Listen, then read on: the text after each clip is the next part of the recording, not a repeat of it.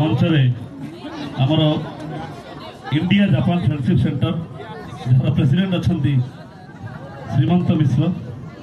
जी आम आज ये प्रोग्राम ऑर्गेनाइजर मुख्य पुरोधा और ये प्रोग्राम वर्ष वर्ष धरी चली आसुची बर्तमान आम गहणर आमर मुख्य आकर्षण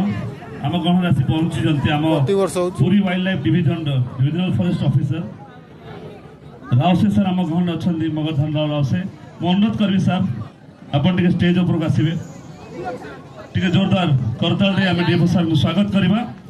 आउ सहित मु अनुरोध करी India Japan friendship centre president Shrimant Das टुना भाई को अनुरोध करी से स्टेज उपरक आसवे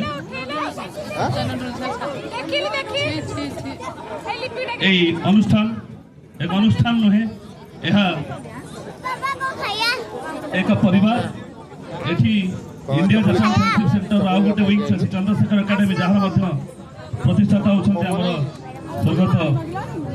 हमर श्रीमंत दास पिता जे कि एटा अनुष्ठान को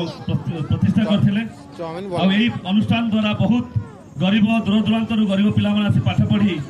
जापानी लैंग्वेज फ्री रे सिखी आज जापान देश रे बहुत भल भल जगह से माने चाकरी पाइछन्ती सेटा एही प्रतिष्ठान एही अनुष्ठान एक